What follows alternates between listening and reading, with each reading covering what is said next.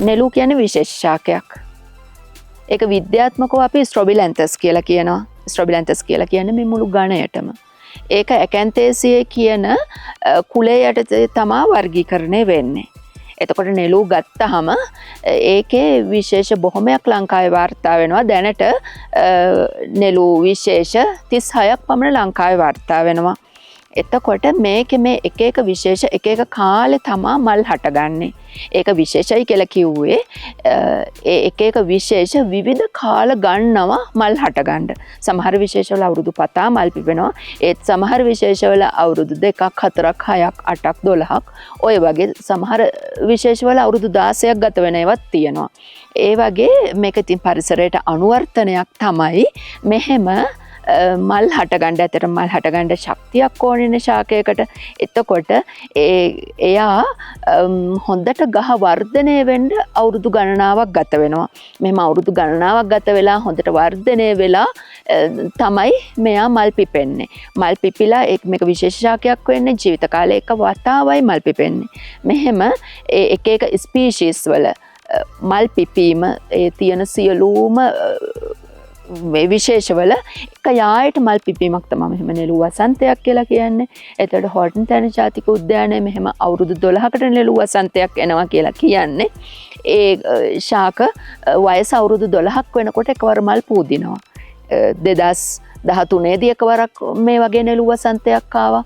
ඊට පස්සේ දැන් මේ අවුරුද්දෙත් ඇවිත් තියෙනවා. හැබැයි හෝටන් තැන ගත්තොත් මේ වගේ විවිධ වයස් කාණ්ඩ ශාක ගණ 2ක් විතර තියෙනවා. එතකොට 2018 දී මේ වගේම මල් පිපීමක් සිදු වුණා. එතකොට අපි මේ 2025න් පස්සේ ආයෙ අවුරුදු 12ක්ම ඉන්න ඕනේ නැහැ මේ වගේ නෙළු වසන්තයක් එනකන්. අතරමැදි ආයෙත් නෙළු වසන්තයක් පිපෙන්න පුළුවන්. ඒක ඉතින් පරිසරයට අනුවර්තනයක්ම තමයි. අර විවිධ වයස් කාණ්ඩවල තියෙන ශාක තියෙන හින්දා අවුරුදු 12කදී මේ වගේ මල් පීදිනවා සියලුම ස්පීෂීස් වල එකට.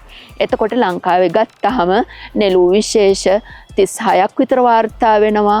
එතකොට බොහොමයක් නෙළු විශේෂ මේ හෝටන් තැන්න වගේ ඉහළ කඳුකර වනාන්තරවල ඒ වගේම උපකඳුකර වනාන්තරවල ඊගාට පහතරට තෙත් කලාපේ වනාන්තරවල දකින්න ලැබෙනවා. සමහරක් විශේෂ වියලි කලාපේ අතරමැදි කලාපේ දක්නට ලැබෙනවා.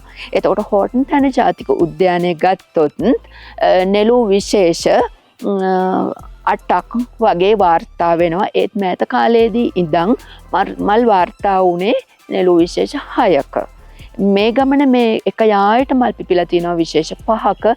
ඒත් එක්කම මේ හෝටන් තැන්නේ නේ 5ක වාර්තා වෙලා තියෙන. ඊට පස්සේ හෝටන් තැන්නට එන ඔහිය මාර්ගයේ අපිට තව විශේෂ එකක් මල් මේ දවස්වල වාර්තා වෙනවා. ස්ට්‍රොබිලැන්තස් හෙලිකොයිඩ්ස් කියලා කියනවා ඒ විශේෂය. ඒ විශේෂය ඇත්තටම වාර්තා වුණෙත් මේ වසරේදී තමයි. එතකොට බොහොමයක් විශේෂ ලංකාවට ආවේනිකයි. ඒ කියන්නේ ලංකාවේ විතරයි මුළු ලෝකෙම මේ වගේ විශේෂවල මල් පිපිලා තියෙනවා අපිට දැක ගන්න පුළුවන්.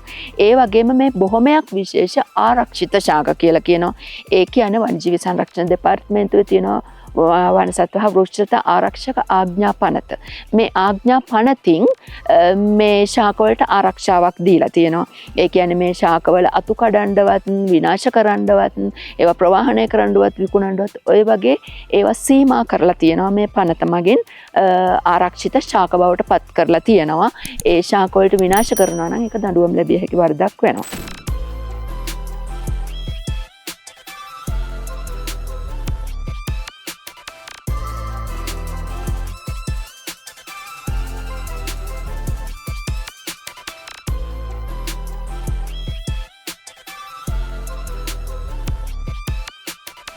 ඊළඟට මේ හෝටන් තැන්න ගත්තොත් හෝටන් තැන්නේ තියෙන වෘක්ෂලතාදී අපිට ගත්තොත් වනාන්තර වෙට් පතන ඒ වගේ තියෙන්නේ. මේ වනාන්තර පැචස් වල තමයි යටි රෝපණයේ ප්‍රමුඛ සමාජිකයා විදිහට මේ ස්ට්‍රොබිලැන්තස් තියෙන්නේ. ඒකෙත් මේ බොහොමයක් මේ අපි අවට තියෙනවා ස්ට්‍රොබිලැන්තස් පල්චෙරිමා. මේ ඇත්තටම පල්චෙරිමා කියලා නම දීලා තියෙන්නේම ලස්සනට මල් පිපෙන හින්දා. ඒකේ මේ හැම එකේම පුෂ්ප මංජරියක් වාර්තා වෙනවා. මේ පුෂ්ප මංජර සාකණය වෙලා අපි ඒකට කියනවා පැනිකල් එකක් කියලා. ඒකේ දණ්ඩත් රතු පාටට මල් දම් පාටට බොහොම ලස්සනට මේ වටේටම බලාගන්න පුළුවන්. ඒ කියන්නේ මේ යටිරෝපණයේ ප්‍රමුඛ සමාජිකයා නෙළුව වෙලා තියෙන හින්දා තමයි මේ වගේ හෝටන් තැන්නේ අස්සක් මුල්ලක් නෑර අපිට මල් බලා දැක ගන්න පුළුවන් වෙන්නේ.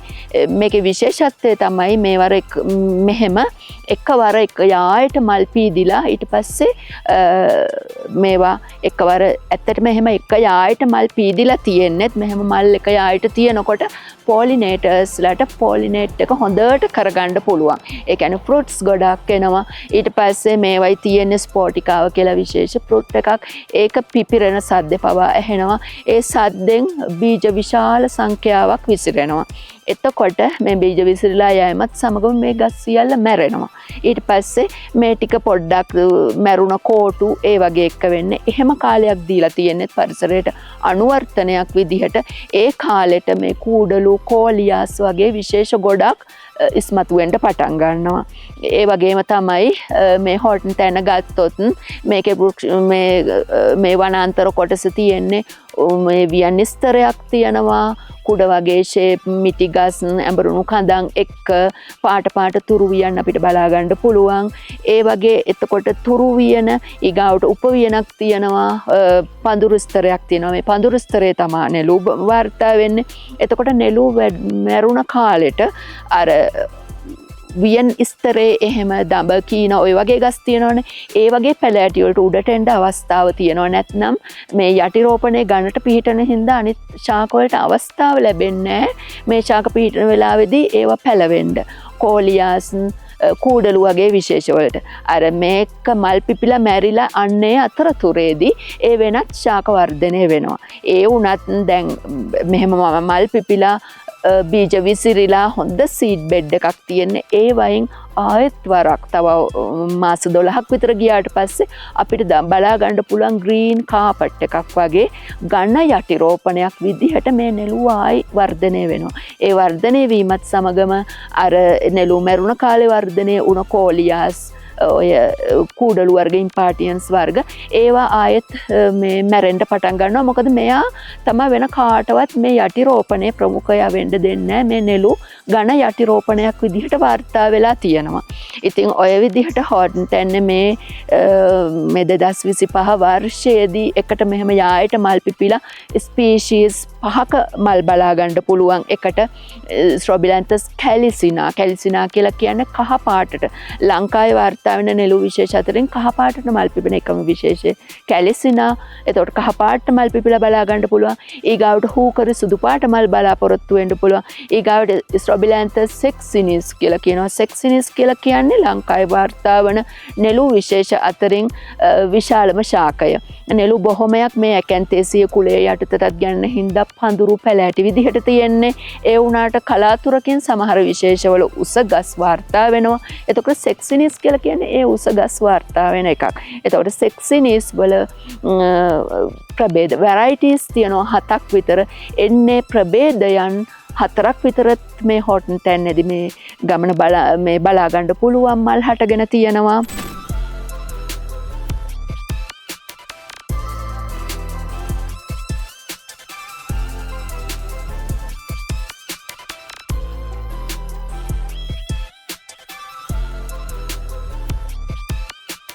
ඊළඟට වාර්තා වෙන ස්පීෂීස් පහේ සෙක්සිනිස් ඊගාවට පල්චෙරිමා විස්කෝසා කියලා.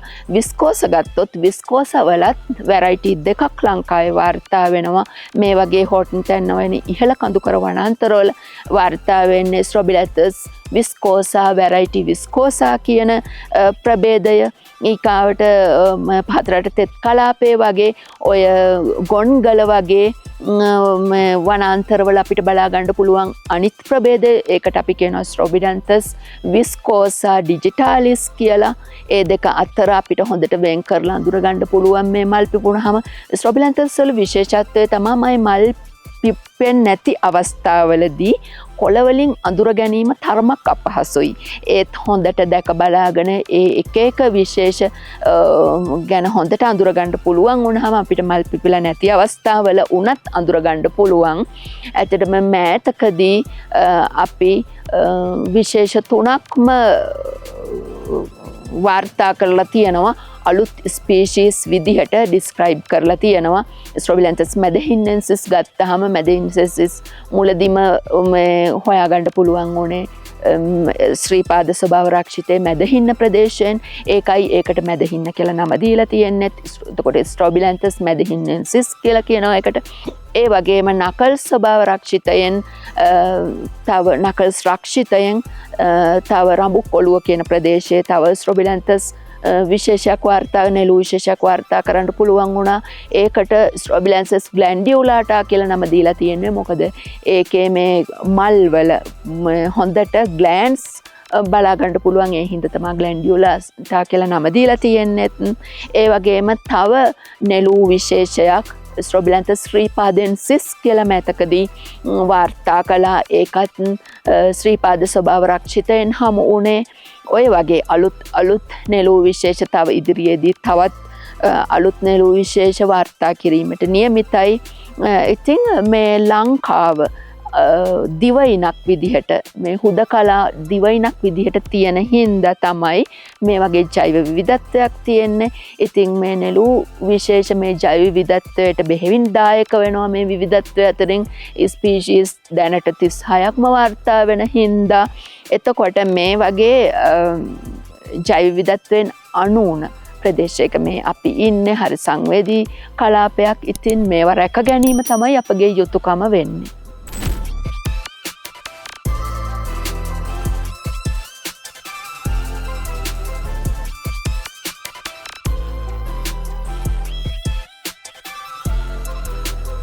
එතකොට මේ තියෙන්නේ ලංකාවේ වාර්තා වන නෙළු විශේෂ අතරින් එක විශේෂයක්. මේ විශේෂයට අපි කියනවා ස්ට්‍රොබිලැන්තස් පල්චෙරිමා කියලා. එතකොට ලංකාවේ වාර්තා වෙන නෙළු විශේෂ අතරින් ලස්සනම විශේෂය තමයි මේ ස්ට්‍රොබිලැන්තස් පල්චෙරිමා කියලා කියන්නේ. පල්චෙරිමා කියලා කියන නම දීලා තියෙන්නේ ඒ ලස්සන හින්දා තමයි. එතකොට මේකේ මේ අතු අග පැනිකල් එකක් විදිහට මෙහෙම පුෂ්ප මංජරිය වාර්තා වෙනවා. මේ පුෂ්ප මංජරිය ශාකණය වෙලා ඒ වයින්ත් මල් හටගෙන තියෙනවා. පේන්න පුළුවන් මල් දම් පාටට. එතකොට මේ නෙළු විශේෂ ගත්තහම මල් වර්ග දෙකක් තියෙනවා. එකක් පොඩි මුකුට නාලේ හීනි වෙලා ඇවිත් තියෙනවා.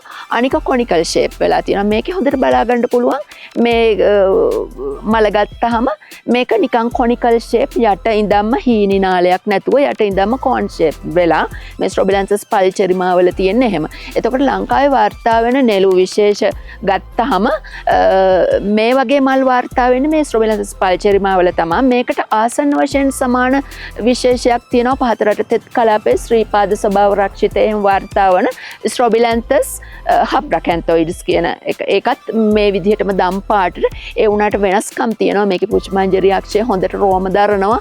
ඒ පල්චෙරිමාවල ඒ විදිහට දකින්න නෑ. හැබැයි දම් පාට මල් ඒකත් ගොඩක් ලස්සන එකක්.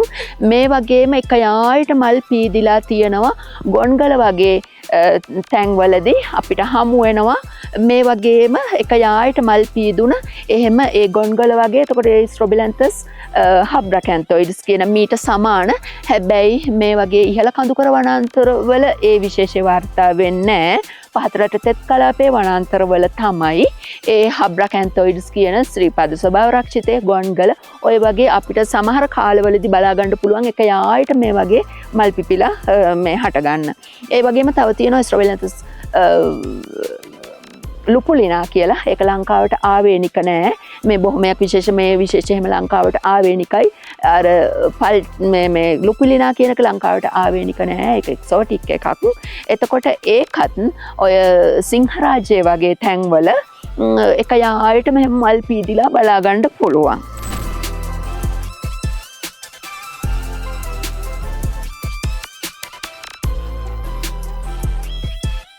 හොටන් තැන්නේ මල් පිපිලා තියෙන නෙළු විශේෂ අතරින් මේක තවත් එක් විශේෂයක්. මේකට අපි කියනවා ස්ට්‍රොබිලැන්තස් විස්කෝසා වැරයිටි විස්කෝසා කියලා. මේ විස්කෝසා වල වැරයිටි දෙකක් ලංකාවේ වාර්තා වෙනවා. මේ හෝටන් තැන්න වගේ ඉහළ කඳුකර වනාන්තරවල වාර්තා වෙන්නේ මේ ප්‍රභේදය. මේකට තමයි අපි ස්ට්‍රොබිලැන්තස් විස්කෝසා වැරයිටි විස්කෝසා කියලා කියන්නේ. මේක අපිට හොඳට බලා ගන්න පුළුවන් අර පුෂ්ප මංජරිය පැනිකල් එකක් වෙලා ශාකණය වෙලා හොඳට තියෙනවා. ඒ වගේම තමයි මේකේ කලර් වේරියේෂන්ස් 4ක් විතර වගේ බලා ගන්න පුළුවන්. මෙතන දකින්න එක තද දම් පාට නෙළු මල්, ඒ වගේම මේකේ සුදු පාට, ලා දම් පාට, තද දම් පාට, ඒ වගේ කලර් වේරියේෂන්ස් 4ක් විතර වගේ මේ දවස්වල හොඳට මල් පිපිලා තියෙනවා බලා ගන්න පුළුවන්.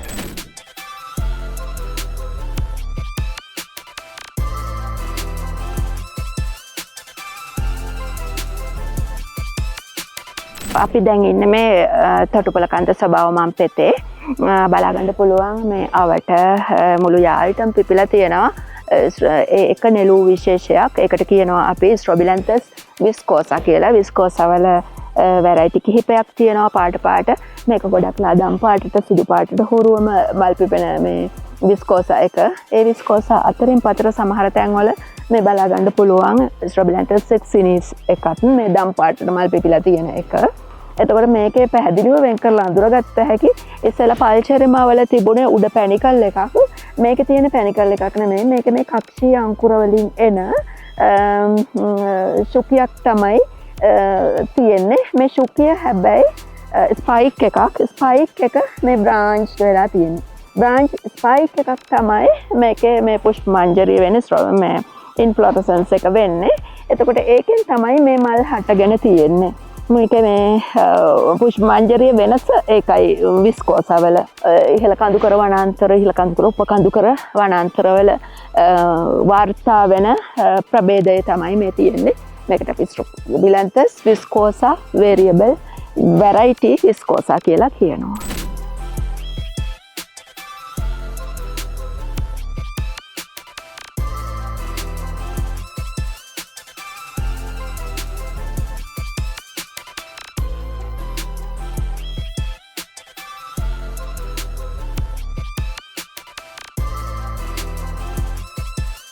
මෙතන අපිට බලා ගන්න පුළුවන් හොටන් තැන්නේ වාර්තා වෙන නෙළු විශේෂ අතරින් තව නෙළු විශේෂයක්. ඒකට අපි ස්ට්‍රොබිලැන්තස් සෙක්සිනිස් කියලා කියනවා. මේකේ මල් වාර්තා වෙනවා අවුරුදු 6කට සැරයක් වගේ 16 years ඒ හින්දා තමයි සෙක්සිනිස් කියලා නම පවා තියෙන්නේ. එතකොට මේ ස්ට්‍රොබිලැන්තස් සෙක්සිනිස් වල වැරයිටි 7ක් විතර ලංකාවේ වාර්තා වෙලා තියෙනවා. මේක ස්ට්‍රොබිලැන්තස් සෙක්සිනිස් වැරයිටි සෙක්සිනිස් කියලා කියනවා. ඒ ස්පීෂීස් එකක වැරයිටිය නම දෙද්දී අපි ඉස්සෙල්ලාම ඩිස්ක්‍රයිබ් කරේ දැන් ස්ට්‍රොබිලැන්තස් සෙක්සිනිස් නම් ඒ සෙක්සිනිස් කියලාම තමයි වැරයිටි එකක් නම් කරන්නේ. එතකොට මේ විශේෂය තමයි මේ ශාකය හොයා ගන්නකොට ඉස්සෙල්ලාම ඩිස්ක්‍රයිබ් කරලා තියෙන එකයි ස්ට්‍රොබිලැන්තස් සෙක්සිනිස් කියලා කියන්නේ. අනිත් ඒවාට වඩා මේකේ පුෂ්ප මංජරිය වෙනසක් තියෙනවා. මේකේ පුෂ්ප මංජරිය අර එක පැත්තකට තමයි ශාකණය වෙලා තියෙන්නේ. ඒක අපි one side spike එකක් කියලා කියනවා. එක පැත්තකට ශාකණය වෙන ශුකියක් ඒකේ තියෙන්නේ. එතකොට මේ බොහොම ලස්සන මලක්, දම් පාට මලක්, ඒ වගේම මේකෙත් සුදු පාට මල් තියෙන කලර් වේරියේෂන් උත් බලා ගන්න පුළුවන්. ඒ වගේම පාට දෙක යට නාලේ සුදු පාට තිබිලා උඩ දම් පාට තියෙන්නත් පුළුවන්. ඊගොට ස්ට්‍රොබිලැන්තස් වල මේ මල් දෙවර්ගයක් තියෙනවා. එක කාර මුකුට නාලේ හීනි වෙවිලා උඩ ටිකේ ලොකු වෙනවා. එහෙම නැත්නම් යට ඉඳන්ම gradually widened වෙලා තියෙනවා. මේකේ බේස් එකේ ඉඳන් gradually widened නිකන් cone shape එකක් තියෙන මලක් තමයි මේ ස්ට්‍රොබිලැන්තස් සෙක්සිනිස් වල තියෙන්නේ.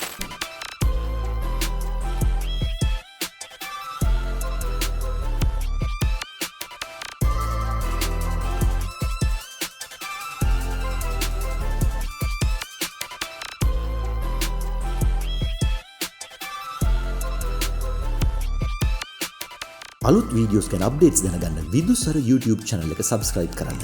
notification වලට bell icon එක click කරන්න.